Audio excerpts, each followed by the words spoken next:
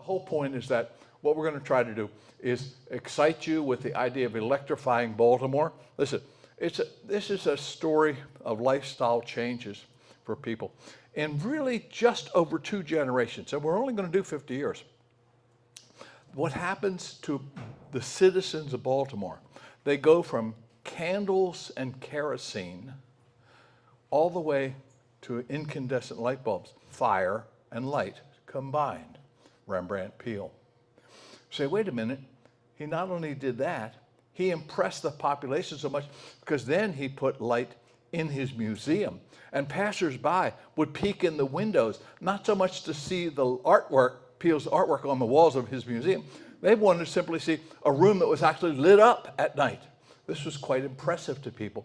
Can you imagine having gas lights in this room without air conditioning today, because that's how we provide light? It's only about 98 degrees out, and I'm going to have now flames all over the place to heat the room up even more.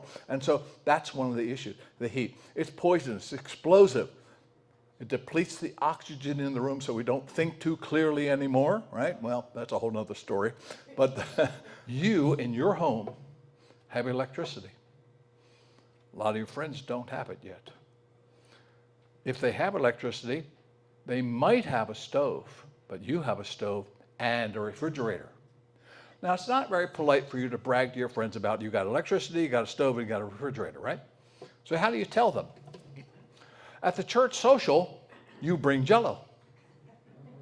Because Jell-O means that you have electricity, an electric stove to heat it on, and a refrigerator to cool it real fast. And so the power company is going to operate the power plant. If you're wondering, it was in the way of the Baltimore fire, 1904. And that fire basically burns down about half of it, the northern piece along Pratt Street. A good portion of it, of the south side, actually survives quite well. This is the power plant that you've seen on Pratt Street before.